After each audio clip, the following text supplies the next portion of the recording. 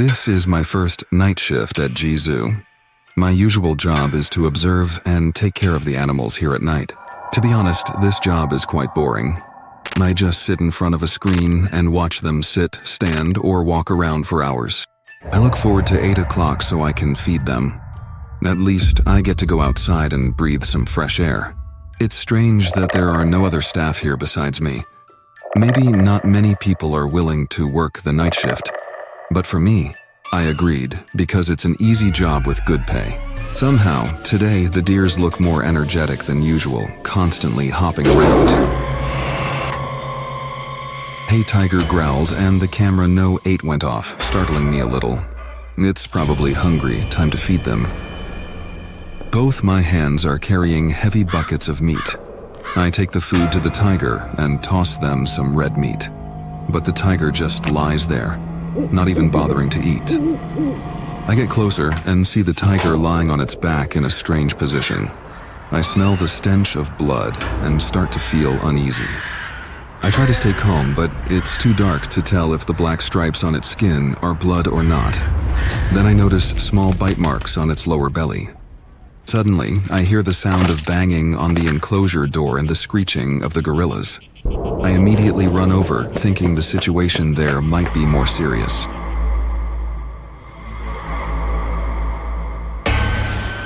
I run over to the gorilla enclosure. One of them is writhing on the ground while the other two look terrified. I approach the cage, open the door, and step inside. The writhing gorilla starts to mutate, growing 2 sharp legs on either side of its back, like spider legs. Its teeth are razor sharp, and its green eyes gleam with madness. Then it lunges at me. Fortunately or unfortunately, another gorilla jumps over and takes the bite from the mutated gorilla instead of me. I stagger back, in shock and unsure of what to do. The bitten gorilla starts to mutate as well. Its body swells unnaturally, and its limbs sprout extra fingers with long, sharp claws. The sight is nightmarish. Seeing the madness in the gorilla's eyes, I knew I was facing something far beyond my control. I quickly run out of the enclosure, locking it behind me. The mutated gorillas rush to the door and trying to grab me, but I step back, just in time. Their strength is no joke. This enclosure won't hold them for long if they keep ramming into it like this. When I first saw the tiger lying there, I sensed something was wrong, but I never imagined things would get this bad. I realize I can't handle this situation alone. I need to report this to Dr. Morgan. I never thought this job could become so horrifying.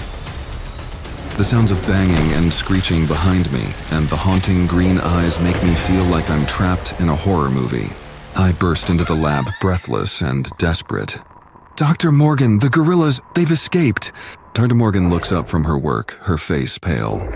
We need to act fast. The vaccine isn't ready, but we can slow the mutation process. We grab as many vaccine vials as we can and head out into the zoo.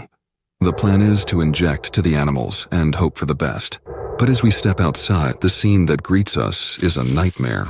The animals have escaped their enclosures, and their mutations are more evident than ever. The giraffes' necks twist like snakes. The limbs of the crocodile became larger, sturdier, and elongated, making it move faster. From both sides of the elephant's neck, tentacles of an octopus began to sprout, moving eerily through the air. The gorillas are the worst. They move with terrifying speed and agility, their eyes gleaming with malevolent intelligence. We split up, trying to cover as much ground as possible. I head toward the zebra enclosure, hoping to inject the vaccine into them before they mutate further. The zebra's stripes swirl into chaotic patterns, their bodies twisted and contorted.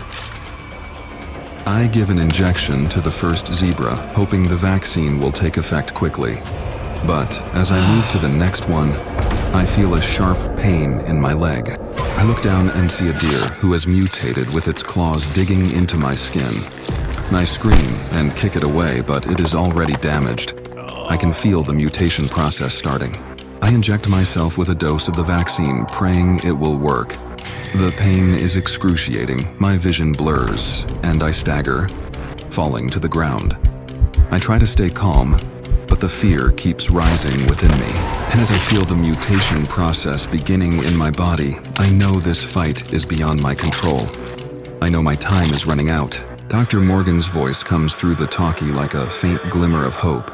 Paul, hold on, we'll fix this. But I know it's too late for me. All I can do is hope that the others can stop this epidemic before it spreads further. The last thing I see before everything goes dark is the zoo in chaos. The mutated animals causing havoc and Dr. Morgan's desperate face. The silence of the night is shattered by the sounds of chaos and horror. And I know I've become part of a nightmare with no escape. I woke up in a hospital bed. Someone had found me unconscious and brought me here. The sheriff had a million questions, but I had no answers. My story sounded like a madman's ramblings. I am a struggling musician, decided to take a personal vacation to the remote woods of northern Arizona. I was desperate to escape my creative block and the overwhelming malaise that had taken over my life. For 6 days, I immersed myself in nature, hoping to find solace and inspiration. But on the night of the 7th day, everything changed. It was around midnight when I was abruptly awakened by a noise. Groggily, I reached for my phone, which was ringing incessantly. I stared at the screen in confusion. There was no signal. So, how could my phone be ringing? The caller was unknown. Hesitantly, I answered, my voice barely a whisper. Hello? A voice, cold and urgent, came through the line. You need to be ready. It knows you're there, and it's already here. It has come for you. Who is this? Who am I speaking to? I asked, the exhaustion quickly leaving my voice, replaced by rising panic. Be ready. It will be there soon. Don't open the door. The line went dead, and my phone blinked with the words "signal lost." Before I could process what had just happened, a deafening boom echoed through the cabin. The walls shook, the windows rattled. I turned towards the bedroom door, my heart racing. The door was closed, but it was shaking violently, as if something was trying to break in. Boom, boom, boom. 3 knocks, each one more forceful than the last. The phone rang again, cutting through the noise. I grabbed it, my hands trembling. Another unknown caller. Shakily, I answered, not daring to speak. It knows you're in there. It won't be polite for long. Get under the bed. Hide. The line went dead again. With no time to lose, I crawled under the bed, my heart pounding in my ears. The door exploded. Shards of wood flew across the room, some embedding in my skin. I bit back a scream, tears streaming down my face from the pain. In the doorway stood a pair of feet, massive legs that looked like tree trunks, covered in mossy green and brown, with a texture so wooden it seemed inhuman. The creature's heavy, ragged breaths filled the room, along with the stench of rot and decay. It was a scent so putrid I had to cover my mouth and nose to keep from gagging. The creature circled the bed, its presence overwhelming. My blood ran cold as the temperature in the room plummeted. I could see my breath as it let out a roar that shook me to my core, a sound like a mix of a jet engine's roar and a grizzly bear's growl. Just as it seemed the creature would flip the bed and find me, it stopped. It turned and lumbered out of the room. I released the breath I didn't know I was holding, my body shaking with relief and fear. The phone rang again and I answered it, my voice a desperate whisper. What was that? Who are you? How did you know it was coming? There's no time. It knows where you are. You need to run. Jump out the window and keep running until you reach the highway. Don't come back until morning. Are you insane? How can I outrun that thing? You have to. It's the only way. The line went dead. I didn't have time to think. I bolted toward the shattered window, adrenaline coursing through my veins. I dove through, slicing my arms and legs on the glass. Ignoring the pain, I ran. The creature was alerted and began to chase after me. Its massive body, reminiscent of Bigfoot, caused the ground to tremble with each step, and trees fell in its path. I ran through the forest, the sound of the creature's heavy, ragged breaths and the crunching of underbrush behind me. Its immense size made it terrifyingly fast, closing the distance between us quickly. I could feel its presence growing closer, the ground shaking more violently. I dared not look back. The creature roared again, a bone-chilling sound that spurred me to run even faster. Suddenly, the forest cleared, and I saw the faint glimmer of the highway lights ahead. The creature's footsteps grew louder, its breath hot on my back. I could almost feel its clawed hand reaching out to grab me. With a final burst of energy, I broke through the tree line and stumbled onto the asphalt, collapsing in exhaustion. The creature stopped at the edge of the forest, its glowing eyes glaring at me from the darkness. It let out a frustrated roar, but did not step onto the road. I had made it to safety, but the terror of that night would haunt me forever. I woke up in a hospital bed. Someone had found me unconscious and brought me here. The sheriff had a million questions, but I had no answers. My story sounded like a madman's ramblings, but when they checked the cabin, they found the damage, claw marks in the wood like nothing they'd ever seen. They dismissed the phone calls, saying there was no cell service that far out. They thought I imagined it all. To this day, I don't know who called me or what that creature was, but I do know one thing. I am forever grateful to the unknown caller who saved my life.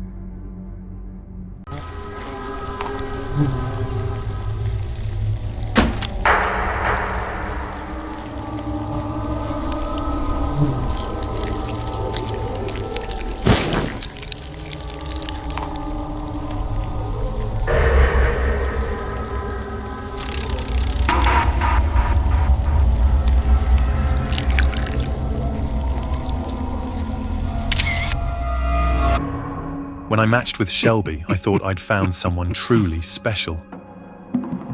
We met on a Bumby dating app, just your typical swipe right kind of place. Nothing about her profile screamed bug lover, which was a relief. See, I've always had a deep, gut-level fear of insects. Instant panic. Shelby seemed perfect, and after a week of talking, I was hooked. So, when she suggested we meet in person, I pushed my fear aside and said yes. It was just one irrational phobia after all. What could possibly go wrong? On our first date, Shelby brought along a companion. A Madagascar hissing cockroach that she introduced with a gentle smile. She stroked its shiny black-brown shell as though it were a kitten. This is Manny, she said, extending the roach towards me. I smiled, swallowing my surprise. A roach as a pet felt a little unconventional, but I couldn't deny her passion. She was different, unique, and I was intrigued. I like roaches because when they crawl on my arms, they tickle me. She murmured, running her fingers down Manny's back. And when I hold them, they make me feel happy. Her smile widened, and she tilted her head toward me. Want to try holding him? You might find it addictive. I tried not to let my discomfort show. Shelby was special, and if she found joy in these creatures, who was I to judge? Tentatively, I held out my hand. But before I could muster the courage, she retracted Manny with a knowing chuckle. Maybe later, she teased, her eyes sparkling. The evening flowed, and before I knew it, she was inviting me to her home. She said it was close by and, well, the night was young. I was curious, a little smitten, and before I could talk myself out of it, I agreed. Shelby's house was small and tucked away down a narrow, dark street. I followed her in, and the moment we stepped inside, I noticed something peculiar. At first, I couldn't tell what it was, but then I saw movement, a large shadow shifting near the floor. I blinked, thinking I must have imagined it. don't worry. Shelby whispered, her voice soft and calm. They're just a little excited. They've been waiting to meet you. As my eyes adjusted, I saw them. Cockroaches. Massive cockroaches, each nearly 3 feet tall, skittering across the floor. Some even stood on their hind legs, chittering in a way that sounded almost like laughter. Shelby walked forward and petted one of them, like it was her pet dog. It shuddered under her touch, its body quivering in what looked disturbingly like affection. Say hello to my family. She said, looking over her shoulder at me, her eyes gleaming. Family? I stammered, inching back as one of the cockroaches leaned toward me, its antennae twitching. The sight of its segmented body, its cold, gleaming eyes, sent a chill down my spine. I fought the urge to flee. Shelby reached out, taking my hand. Her grip was surprisingly strong. Come on, they're friendly. She said, her tone soothing yet oddly commanding. She guided me into her bedroom, where the scene only grew more grotesque. Her bed was covered in them, hundreds of cockroaches of all sizes, crawling over each other in a sea of writhing bodies. With a contented sigh, Shelby lay down on the bed, letting them swarm over her, their legs and antennae moving in a strange rhythm as if massaging her. She looked at me with a smile of pure satisfaction, patting the bed beside her. Lie down with me. She urged. You'll feel them relax you. It's like a massage. I wanted to leave. Every nerve in my body screamed at me to run. But her eyes held me captive, and something about her confidence, her sheer conviction, made me feel almost compelled to stay. Trembling, I lowered myself onto the bed, and the instant I touched it, the cockroaches began crawling up my arms and legs, their tiny legs prickling my skin. I clenched my jaw, trying to hold still.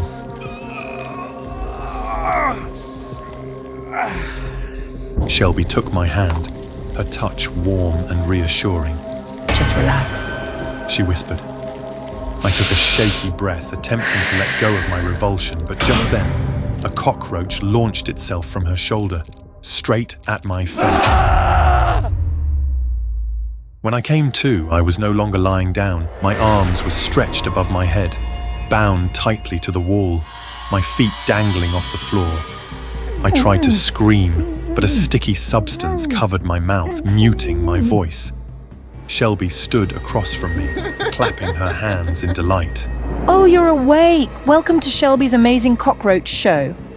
My mind reeled as she put the helmet into the roaches, then grinned like a showman ready to begin an act. For our first trick, She announced. we're going to launch Manny here through a hoop of fire, right onto our star. Ron! No! I tried to scream, but it came out as a muffled grunt. I watched in horror as she placed Manny, the giant cockroach, into the cannon, lit a small flame in front of it, and with a loud boom, Manny shot through the air, passing through the ring of fire and landing on my face. Its legs scratched my skin as it clung to me, its cold, slimy body pressing against me. Shelby laughed, a wild, gleeful sound. Let's see how many more we can fit. One by one, she loaded cockroach after cockroach into the cannon, firing them at me with sadistic glee.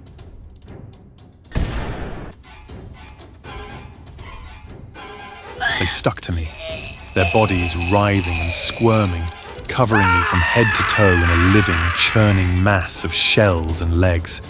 I felt something sharp, a bite, followed by another. A strange warmth began spreading through me, a sickening, feverish heat that made my skin crawl even beneath the roaches. My vision blurred as Shelby's laughter filled the room, and a voice echoed in my head, repeating her words from earlier. Welcome to my family.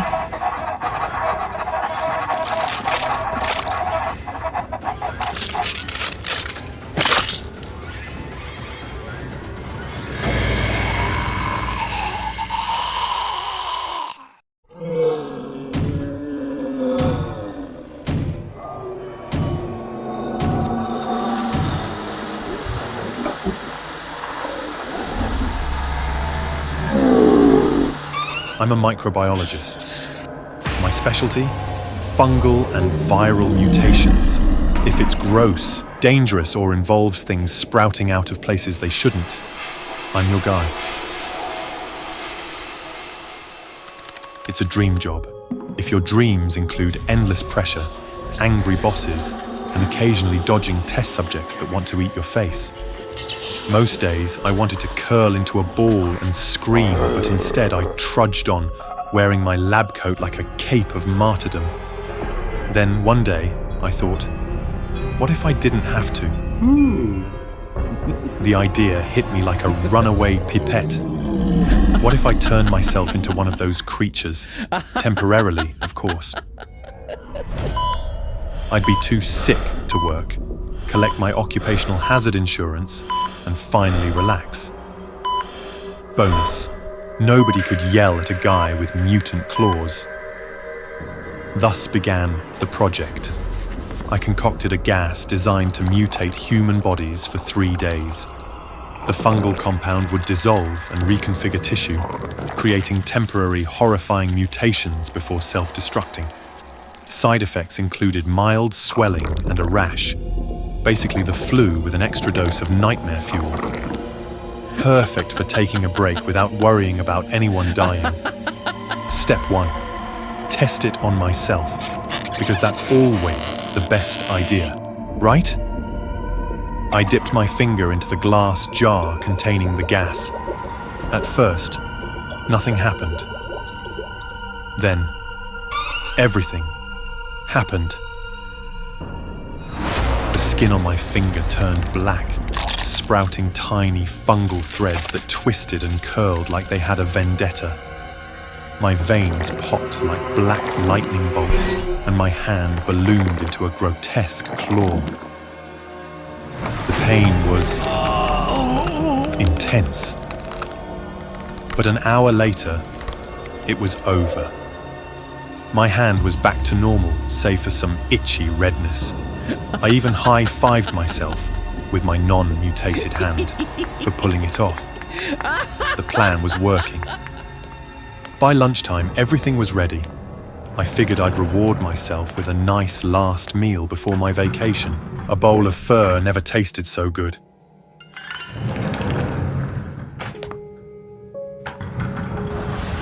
When I got back, though, something was wrong. The capsule was locked. Inside was Min, my overly curious colleague, slumped over like he'd just taken a really bad nap. My stomach dropped faster than my high school GPA. The idiot must have activated the gas while snooping around. Min! I shouted, banging on the glass. No response. And then he moved.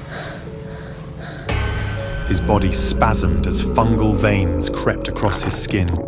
His limbs contorted, his jaw unhinged, and his head grew. A massive, mushroom-like structure burst from his skull, spraying spores across the pod. Min, buddy, you okay? He roared. The pod door hissed open and Min stepped out, or what was left of him. His claws scraped the floor as he lumbered forward, a terrifying mix of rage and confusion. Okay, let's not do anything rash, I stammered, backing away. He didn't listen. One swipe of his oversized arm sent my lab bench flying.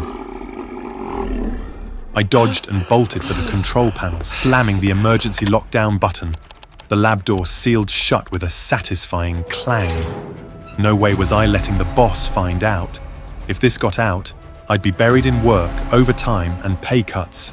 This mess was mine to fix. Unfortunately, Min wasn't a fan of locked doors.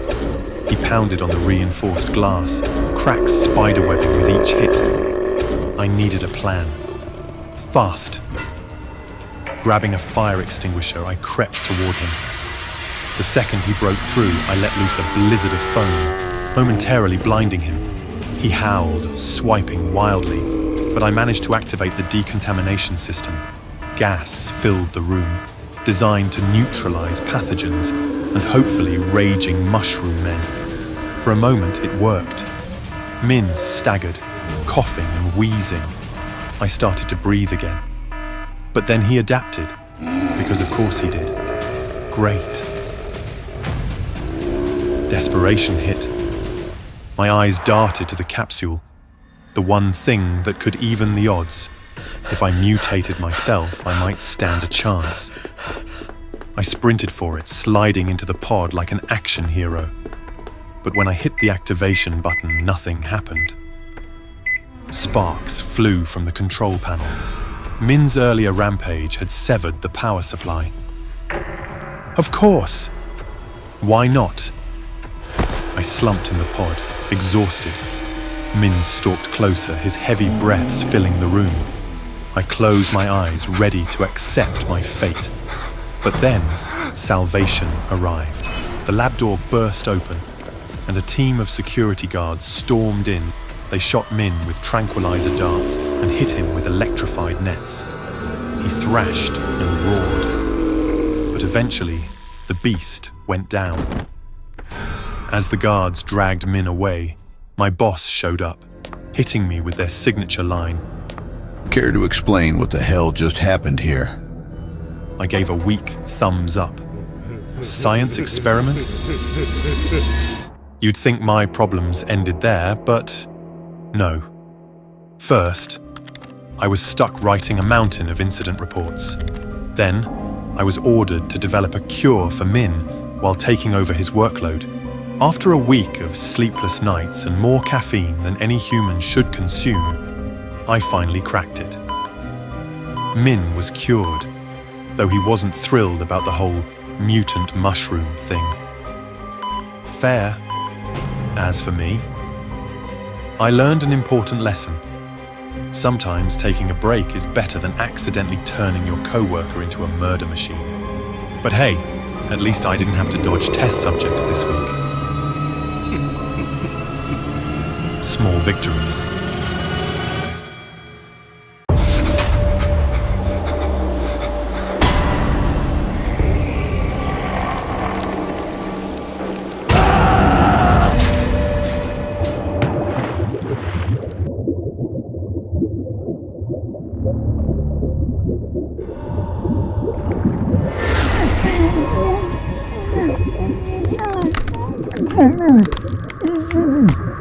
We got the distress signal at 3 a.m.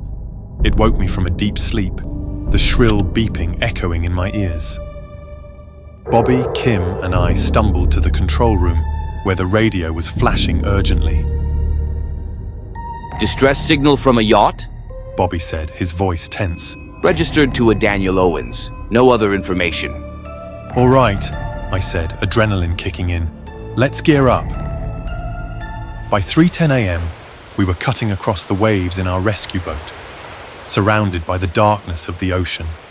The only light came from our headlamp, piercing the pitch-black night.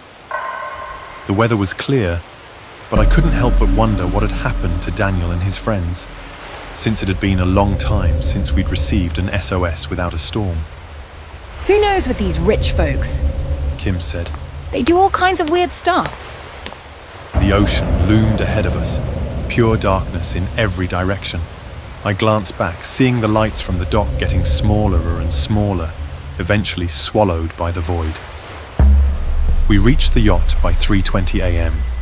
It was a massive vessel, about 50 or 60 feet long, reflecting eerily in the inky black water. Bobby shifted gears and we pulled up alongside it. Slowly, quietly, Bobby grabbed the megaphone. U.S. Coast Guard, He called out. can you hear us? Silence. Kim and I started with the rope securing our boat to the yacht. As we worked, I kept glancing up at the yacht. I didn't see any damage to the boat or people in the water. Kim boarded first. I followed while Bobby stayed in our boat, preparing to search the surrounding water. I swallowed hard and stepped inside. The doors opened into a small but lavishly decorated room. To the right, a bar area stood, and to the left a dining area with tables and booths. The tables were set with food as if people had just been there moments before. Glasses of champagne still bubbling. A fillet of salmon, a few bites missing. Lipstick smeared on a napkin. I looked at my watch. 3:25 a.m. They'd sent the SOS not even 20 minutes ago. How did they go from eating and drinking to just nothing? Kim walked over, her face pale. I checked below deck, no one's there. The food's still warm, I said, my voice shaky. Her eyes widened. What the hell? Where did they go? I suggested to check the top deck. We made our way to the stairs, moving cautiously. The top deck was open to the air. I glanced at the captain's chair, the steering wheel, and the little U-shaped sofa behind them. It was empty. They're not here, that's for sure. They've got to be in the water. I looked out over the railing, into the black water below. I turned, looking around the boat, scanning the water. My heart stopped. Where's Bobby? Our boat was still linked with the yacht, but it was empty. He must have boarded. Kim snapped, charging for the stairs. He never follows protocol. I always tell him it's going to get someone killed, but no, he just has to do things his way. Her rant grew muffled as she descended towards the deck. I followed her, but Bobby wasn't downstairs. He wasn't in the dining area or in either of the bedrooms below deck. I checked tiny closets that couldn't possibly fit a person, then opened the storage cabins that held the life jackets. Bobby, where are you? A hand clamped over my mouth. Something shoved me to the floor. I tried to wrestle away, but then I saw a flash of red curls above me. Kim. She was dragging me under the table, whispering, begging me to keep quiet. Shh. Squelch. Both of us froze. I slightly glanced up. Bobby was standing there in the center of the room, but something was horribly wrong with him. He was soaking wet from head to toe. Seawater sloshed in his boots. Streams of water ran off his sleeves. His face was pale and sickly, with his forehead swollen unnaturally, almost sagging downwards. And his eyes, they were pure white, pupilless, blank. Squelch. Bobby took another step. Squelch. And another. Kim's nails dug into my arm. We watched as Bobby, no, not Bobby, not anymore, continued walking towards us. I held my breath, shutting my eyes. Please don't let him see us. Please. Squelch. 2 rubber boots, right in front of our table. Squelch. He continued deeper into the cabin. I let out the breath I was holding. Kim's grip on my arm loosened. As soon as Bobby's steps sounded on the stairs, Kim whispered to me, Run! I didn't want to, but then she shoved me hard and I was rolling out from under the table. I scrambled up just in time to see Bobby freeze on the stairs. He slowly turned around, his white eyes locking on mine. I ran, faster than I'd run in my life. We scrambled out onto the deck, then made our way into the boat as fast as we could. Kim made it first. Then she grabbed my hand, pulling me towards safety. Squelch. Bobby's hand locked onto my ankle, except they weren't just hands. His fingers were jointless, like tentacles wrapping perfectly around my ankle, covered in fleshy suction cups. And his face, it was rapidly changing. Before my eyes, his flesh twisted and bloated into different forms, until I saw a woman, then an older man. This is how I die. But then a massive wave crashed over us, flipping the boat 90 degrees, and everything fell into the sea.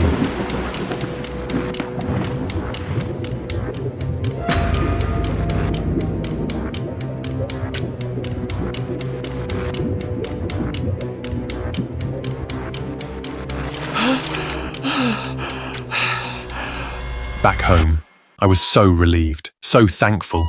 Whatever that thing was, I'd escaped it. I felt better than I had in years. Like all my problems were tiny grains of sand, but now I'm not so sure.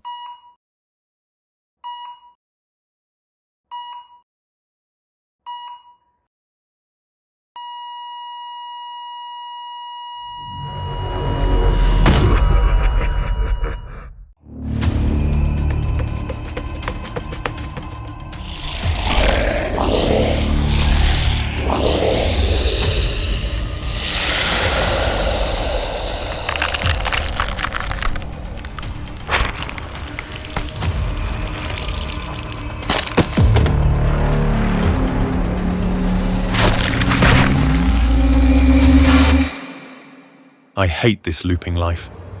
My legs are numb from running errands all day at work from 8 a.m. to 8 p.m. Feels like an endless loop to me. The sound of the wheels rolling steadily on the tracks is like a sad song, repeating over and over without end. Suddenly, the lights in the train car go out. The air around me becomes cold and the train shakes violently. A voice comes over the loudspeaker. "There is a problem on the train, please remain calm." Then quickly announces, "This is Shinkansen Guruguru Zero headed to Tokyo." My heart pounds, and I decide to go to the other cars to check on the situation. But strangely, every car looks the same, and each one bears the number 4. My head starts spinning with unanswered questions. The same man is slumped against the wall. The same old man sits in the corner of the car.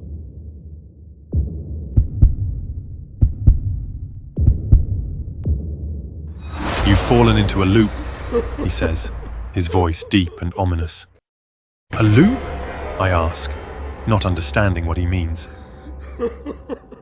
"Yes, to escape you must follow the rules. If you see something unusual, turn back. If you see nothing unusual, keep moving to the next car," the old man said.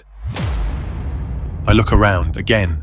Everything around me is identical to the previous cars, from the seat designs to the dim lighting and stifling air. But as I move further in, a shiver runs down my spine, like the feeling of being watched. Suddenly, I see a human hand on the train floor, sticking out from under a seat. It moves as if trying to grab me.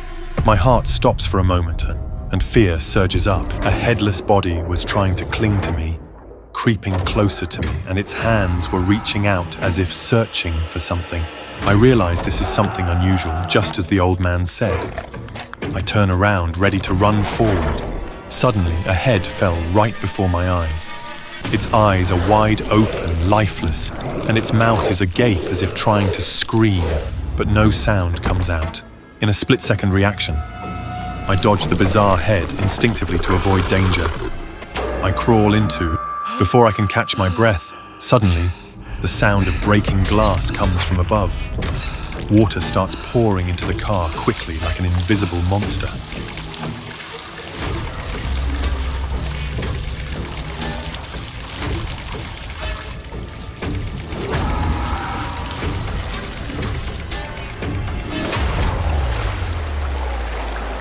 I can't think, just act as fast as I can, my feet pounding on the floor. My heart races, breaths coming in gasps. The water rises, nearly reaching my knees. Although the strong current was blocking me, I still tried to move forward as quickly as possible. Just in time. My heart feels like it will explode, having narrowly escaped the dangerous water. Entering car number 2, I see the man who was asleep before is now awake, sitting upright. At first I don't notice, but then I see his legs sticking out, moving like octopus tentacles. When I accidentally look into his eyes, they suddenly glow, cold and malevolent. He screams, the sound echoing through the car, then stands up, chasing after me. My heart races and my legs seem to gain strength from the fear. I turn and run as fast as I can toward the door, but the distance between me and the octopus man is quickly shortened. I can hear his tentacles stretching out. The door to the car closes just as I barely make it through. Car number 1. I sigh in relief, barely escaping the pursuit. Car number 1 is eerily quiet. I carefully search everywhere, checking each seat, every corner, hoping to find some sign.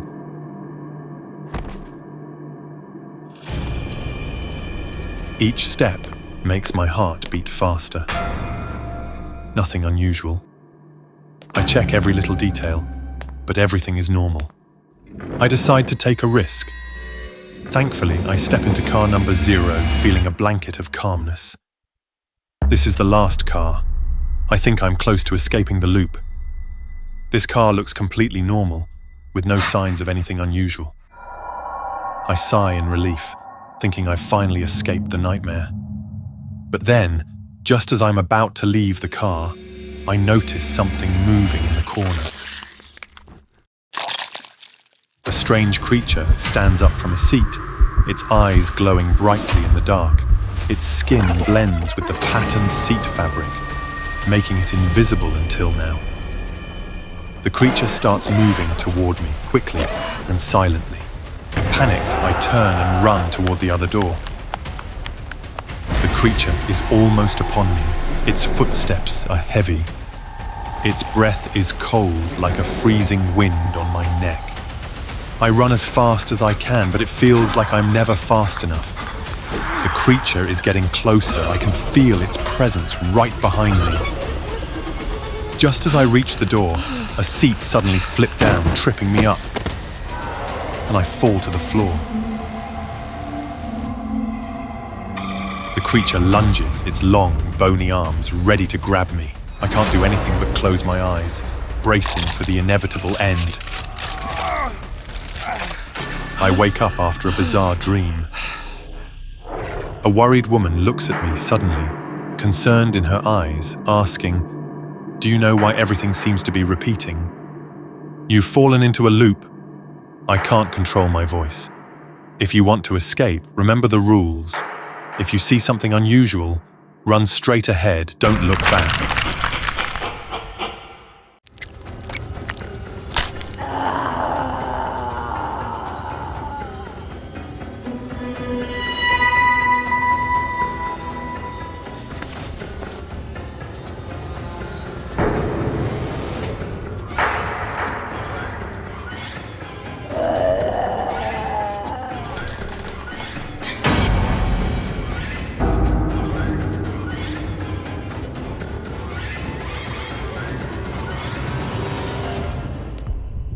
All right, Alex, you know the rules. Amy teased, her voice echoing in the empty mall. She stood across from me, a playful smile dancing on her lips. I hide. You find me if you can. She pressed her finger to her lips and then blew me a kiss before darting off into the shadows. I chuckled nervously, trying to shake off the unsettling vibe of this abandoned place.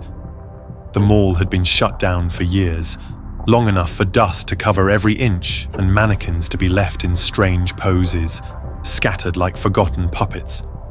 I turned to face the cracked, peeling wall, closed my eyes, and began counting. 1, 2, 3. Something about this place felt wrong. I couldn't pinpoint it, but the silence was too thick, almost alive. 8, 9, 10. I turned around, the dim light from the mall's broken skylights casting long shadows across the decaying floor. A sense of dread washed over me, but I shrugged it off. "It's just a game," I reminded myself. "Just hide and seek like we used to play as kids." I started walking, scanning the wide corridors littered with mannequins. They were everywhere, more than I remembered seeing before. Some were leaning against the walls, while others were sprawled out on the ground in bizarre, almost disturbing poses. One was even standing on one leg, arms outstretched as if reaching for something. The way they were positioned didn't seem random. They looked like they were caught in the middle of something awful. I walked faster, my heart starting to pound in my chest. "Amy!" I called out, my voice shaky. No answer. That's when I saw her. A silhouette at the end of the hallway, half hidden in the shadows. It had to be her. I grinned and took a few steps closer. But as I approached, something felt wrong. The figure wasn't moving. She stood unnaturally still, her head cocked slightly to the side, and the faint sound of gasping breaths echoed through the silence. It wasn't Amy. It couldn't be. The figure shifted, its body contorting into a grotesque pose. High-pitched, gasping breaths filled the air, and its head jerked up.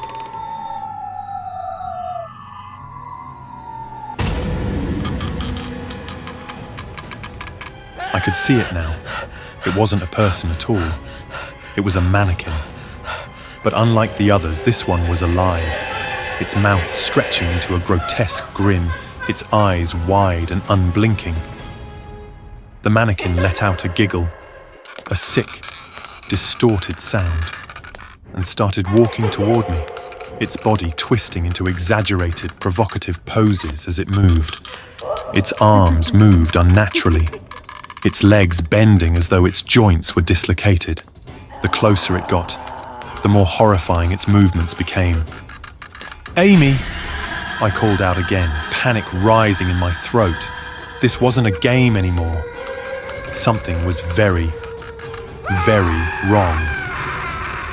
I stumbled backward, my legs shaking as the mannequin crept closer, giggling and gasping, its face twisted with a manic glee as it walked toward me.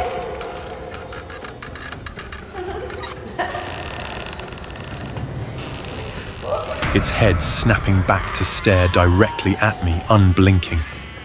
I turned and ran, heart racing, desperate to find Amy and get the hell out of this place. But mannequins were everywhere now, in poses that looked like they had been brutally attacked. Some had their limbs twisted in ways that made my stomach turn, while others looked like they had been mid-scream, frozen in place. Each one seemed to be watching me. Then I heard it, louder this time. The high-pitched whimpering, mixed with agonizing screams. I stopped dead in my tracks, my blood running cold. A shadow moved at the edge of my vision. Before I could react, someone grabbed me from behind. I spun around, ready to fight, but it was Amy. Only she didn't look right. Her clothes were torn and her skin was pale, almost translucent. She was trembling, her eyes wide with terror. Alex, we need to leave, now!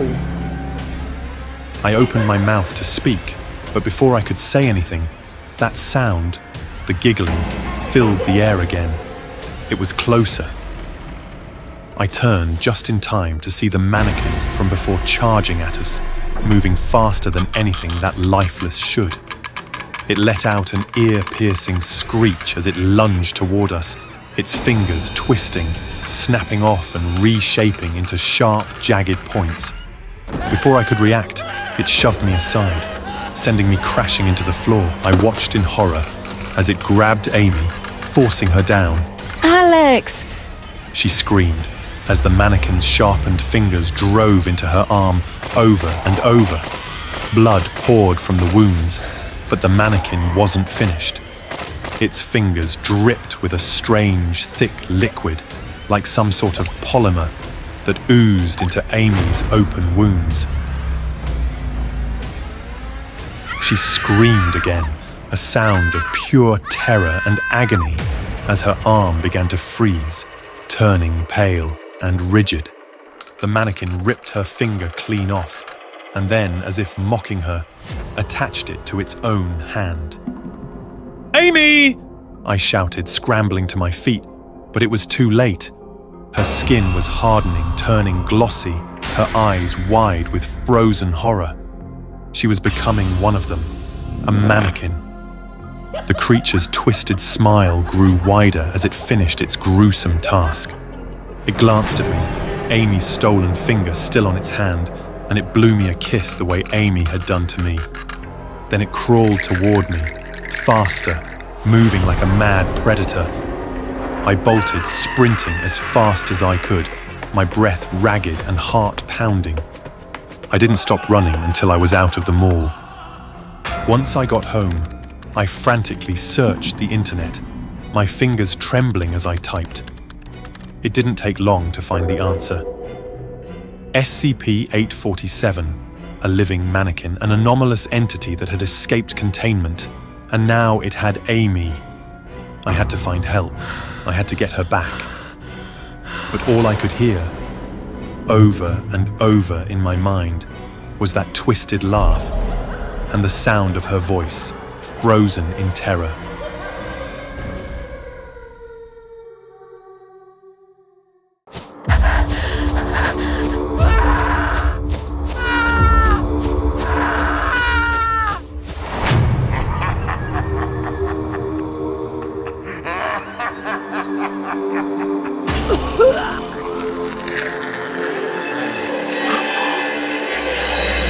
I always thought the idea of inheriting a house would be exciting, a new place to explore, a new start.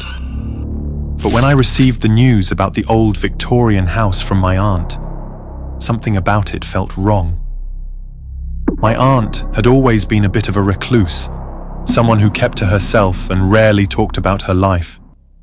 Still, I packed my bags and made the drive to the small, remote town where the house stood. The house was exactly what you'd expect from an old Victorian. Tall, imposing, with a garden that had long been overrun by weeds and thyme. As I walked through the rusty gate and into the yard, I noticed several stone statues scattered around the garden. They were angels, but the one that stood out to me was the statue with its hands covering its face as if it were weeping. There was something eerie about them, but I dismissed it as nothing more than my imagination. Perhaps my aunt had a thing for statues. Inside, the house was just as I remembered it from my childhood. A little dusty, a little worn, but full of memories. I wandered through the rooms, touching the old furniture and opening long-forgotten drawers. The air was thick with the smell of aged wood and dust. I found myself drawn to my aunt's old room, the place she had spent her final days. As I entered, something caught my eye, a letter placed neatly on the desk addressed to me. I opened it and read, Lucas, if you're reading this, it means I'm gone. There's something you need to know about the statues in the garden. Whatever you do, don't turn your back on them. Don't blink. Trust me, you'll understand why soon enough. Be careful, my dear. My heart skipped a beat. What did she mean by that? I looked around the room trying to make sense of it, when I noticed something that made my blood run cold. A statue, the same kind as those in the garden, was now in the corner of the room. Had it been there when I walked in? I couldn't remember. Before I could think any further, the light in the room flickered and went out, plunging the room into darkness. The bulb must have blown. I fumbled for my phone, turning on the flashlight app. As the light cut through the darkness, I swung it around, only to have it land directly on the face of the statue. Its face was mere inches from mine, its mouth open in a silent scream. I staggered back. Something was very, very wrong. I needed to get out of the house. But first, I had to fix the power. But as I turned to leave the room, I heard a soft creaking sound behind me. I spun around and there it was, the statue now standing in the doorway, blocking my exit. The statue was moving when I wasn't looking. Don't turn your back on them. Don't blink. I started walking backward, keeping my eyes locked on the statue, refusing to let it out of my sight. I made it to the hallway, my eyes burning from not blinking, when I saw a baseball bat leaning against the wall. I grabbed it to protect myself. I continued down the hall, slowly, keeping my eyes on the statue as it followed me, moving only when I wasn't looking. The basement door was just ahead, but as I reached for the handle, I heard the floorboards creak behind me. I glanced quickly back at the first one, now closer than ever. I was trapped between them. I swung the door open and slipped through, slamming it shut behind me, but I knew it wouldn't hold them for long. I hurried to the breaker box, keeping the bat close. As I fumbled with the breakers, I felt a cold dread wash over me. I knew they were getting closer. I flipped the switch, the lights flickered back on, and I turned around to see the statues mere inches from me. The bat, with all the strength I could muster, I swung the bat at the closest statue. The wood connected with a sickening crack, but when I looked again, the statue was whole, unharmed, as if nothing had happened. My heart sank. There was no way to stop them. I backed away, keeping my eyes on the statues as I made my way up the stairs, but the creaking sound continued. More statues appeared, crowding the narrow hallway, their hollow eyes fixed on me. My breath came in shallow gasps as I realized I was surrounded. I backed into a corner, the statues closing in. My vision blurred from the strain of not blinking, not turning away. I was trapped, nowhere to go. I glanced to my left. There was a statue, its hands outstretched, reaching for me. I looked to my right, and another was there, blocking any escape. My eyes darted back and forth between them, my heart pounding in my chest. And then, I blinked. The last thing I saw was their stone eyes, watching as the darkness swallowed me whole.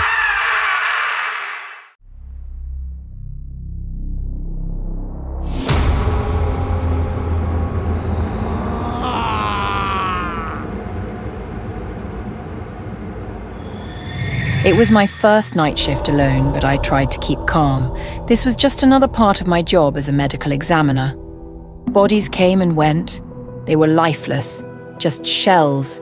I repeated that to myself, hoping it would make the unease settle. Tonight, though, felt different.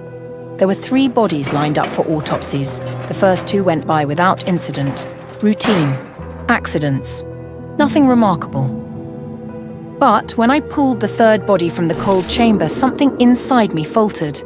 A woman, early 30s, pale skin, dark hair matted with dried blood.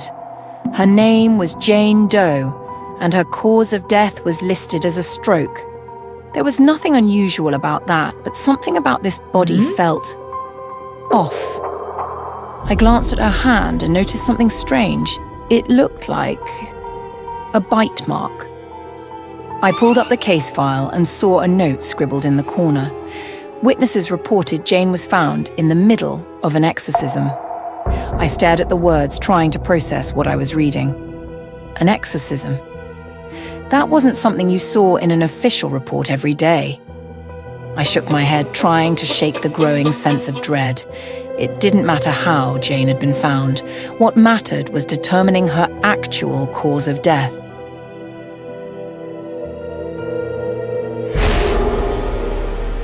I shook my head, scolding myself. It was just nerves from being alone.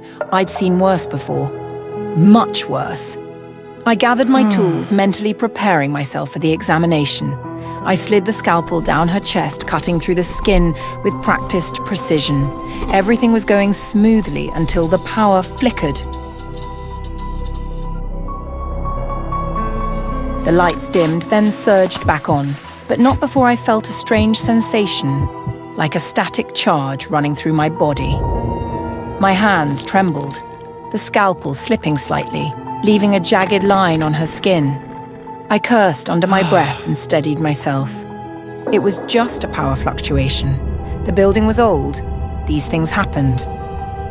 As I continued the autopsy, something changed. I swear I heard a faint whisper. I paused, holding my breath, listening. Silence. Then, a faint creaking noise. It was coming from the body. My heart skipped a beat. I took a step back, eyes wide. The corpse's fingers twitched. I shook my head. That's impossible. I leaned in, cautiously inspecting her hand. There was no sign of movement.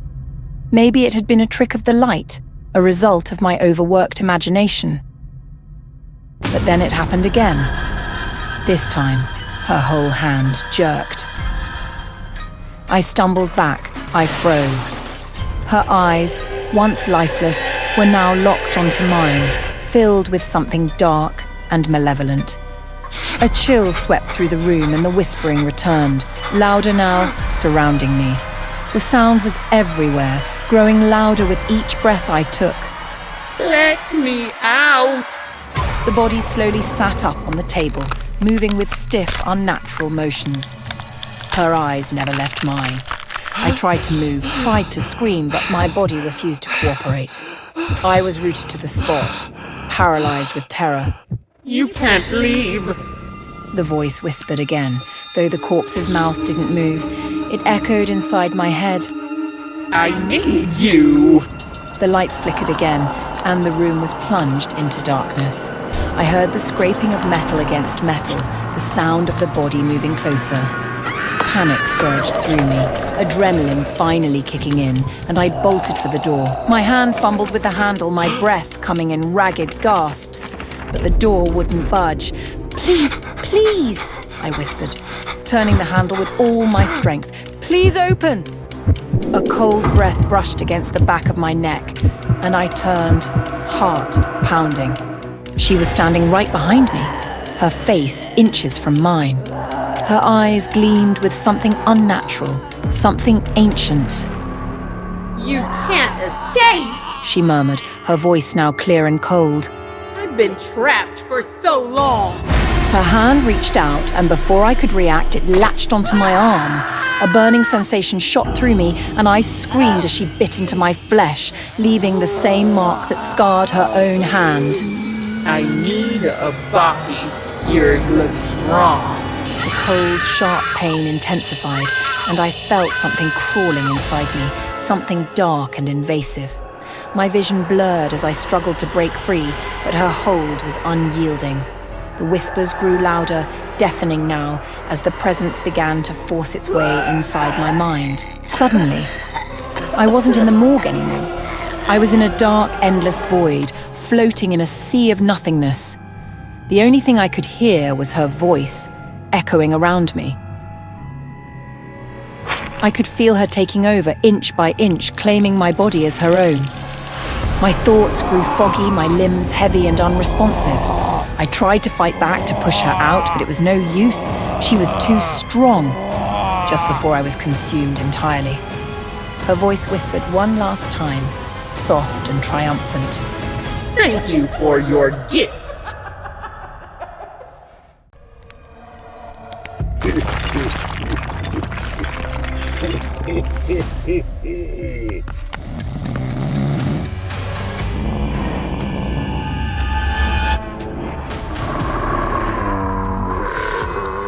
It was another boring Christmas Eve.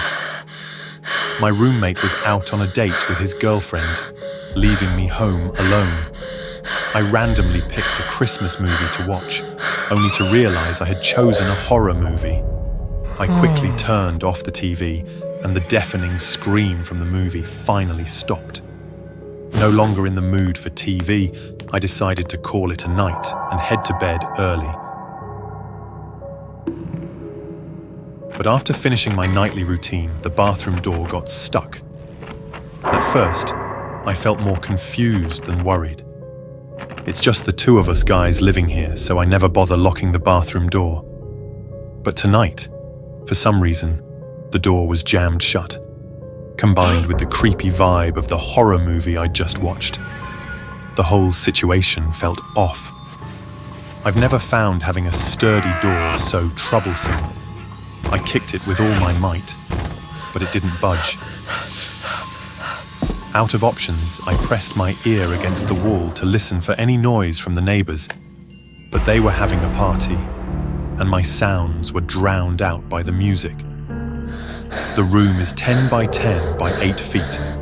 Based on the usual oxygen levels, I could stay conscious for another 1 to 3 hours, depending on my physical condition and energy consumption. I calmed down and tried to break the lock, but it wasn't as easy as in the movies.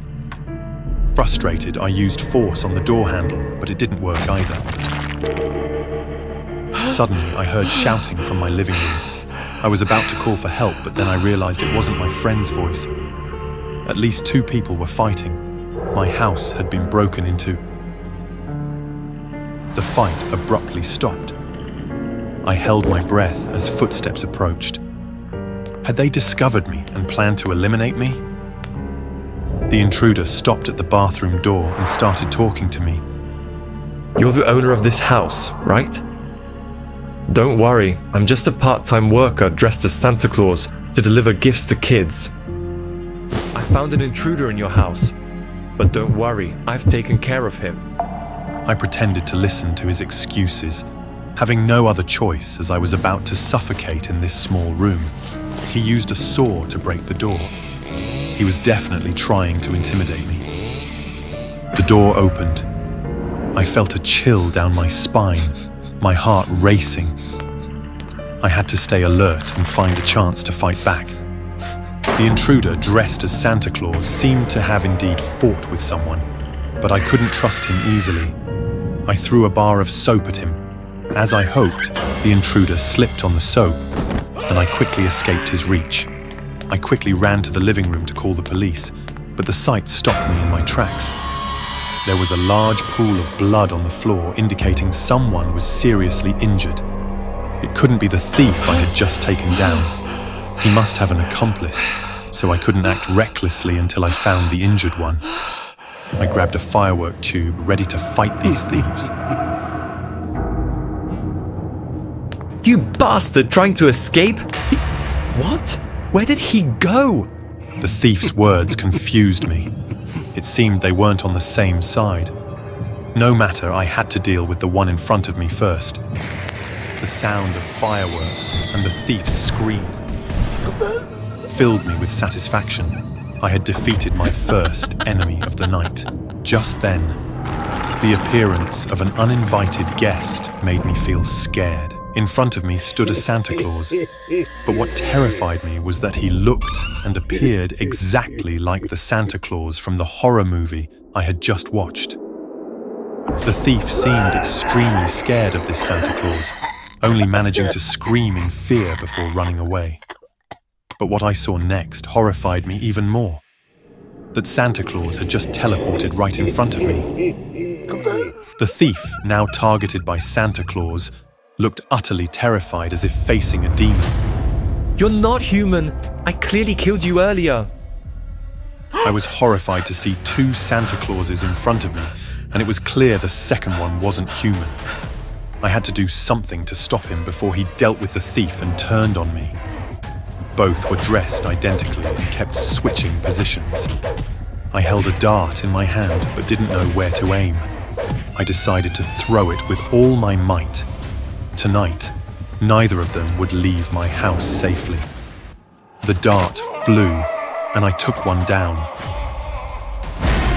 The one I hit was the thief. The remaining Santa Claus looked at me with a mocking smile, which filled me with fear. Even though it was self-defense, I had to admit I had just killed someone. Before I could recover, another horrifying scene unfolded before my eyes. The Santa Claus in front of me seemed like a grim reaper, sucking the thief's soul. He turned the thief into an ornament in his gift bag. Startled with fear, I faced a nameless, mysterious force.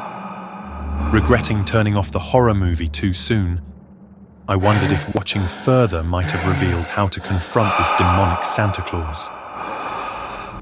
Since you killed someone, you are a naughty child, and naughty children must be taken away. My whole body froze, and then the evil Santa lunged at me, enveloping me in endless darkness.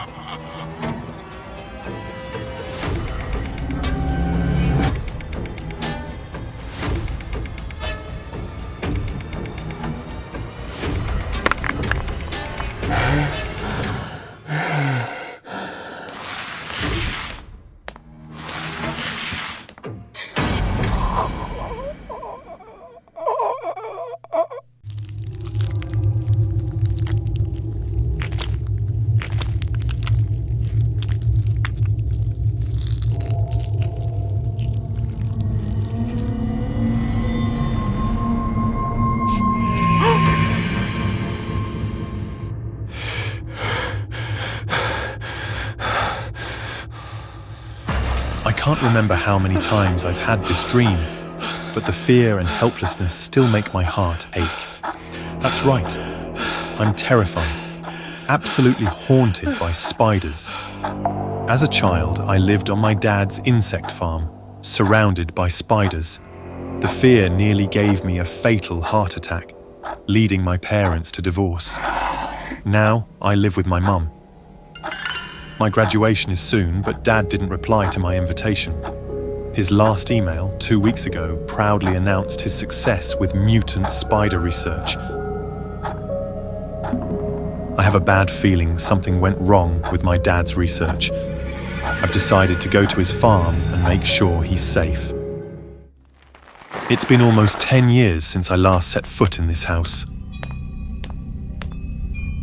The house was pitch dark, damp, and eerily silent, with only my voice echoing as I cautiously called out, "Dad!" There was just one place left to check. Taking a deep breath, I tried to suppress my fear and turned the doorknob. Suddenly, a swarm of black spiders scurried out from behind the door.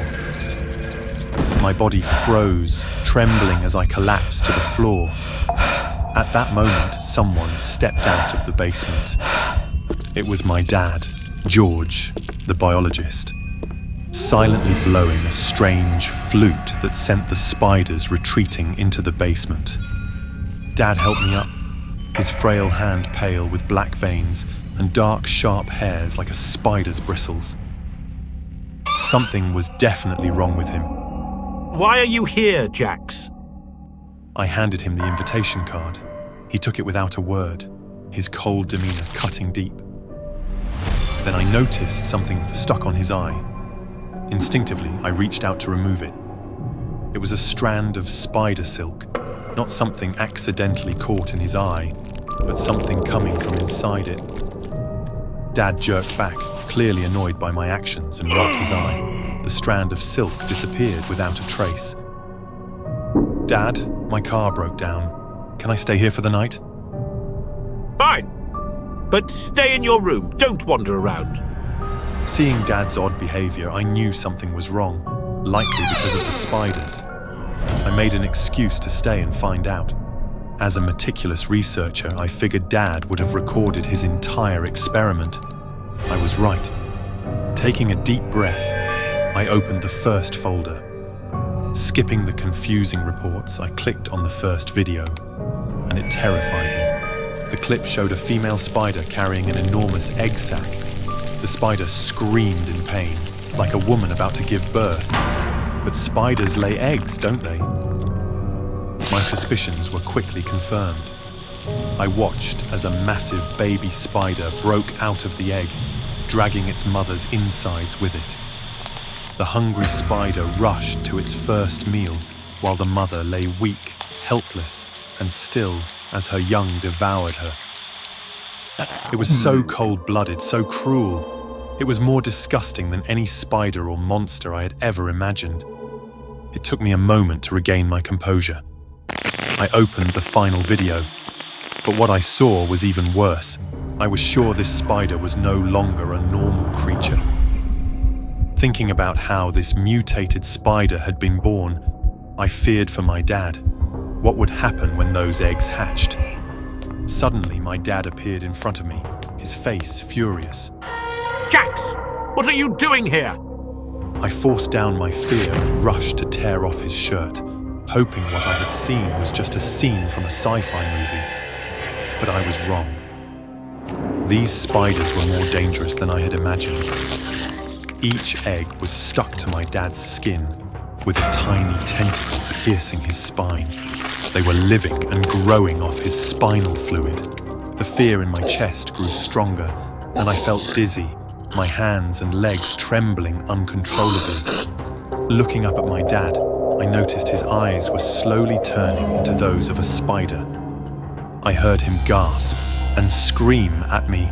Run! Get out of here! He still had his mind. He still cared for me. I had to save him, telling myself that. I grabbed a ruler from the desk and rushed toward him. I shoved him to the ground, using all my strength to crush the eggs on his back. One by one, they cracked open and the baby spiders fell, filling the air with the scent of blood and a foul odor. Suddenly, my dad erupted with strength. He shoved me off, screaming, "Don't hurt my children!" "You've lost it, Dad! I'm your son! I'll save you from these monsters!" I yelled, only to realize, in shock, that the man in front of me was no longer the dad I knew. He had fully transformed into a monster. He shielded the baby spiders like a true mother spider, glaring at me as though I were an enemy trying to harm his offspring. The look in his eyes caused me pain and despair. What could I do to save him? But it was too late. The monster, now enormous and with all the terrifying traits of a spider, stood before me. My body froze, even breathing felt difficult, and my heart began to ache again. My dad's agonizing scream jolted me back. I turned to see the newborn spiders, driven by instinct, making him their first meal. Survival instinct drove me to run. I tried to drag my dad with me, but it was already too late.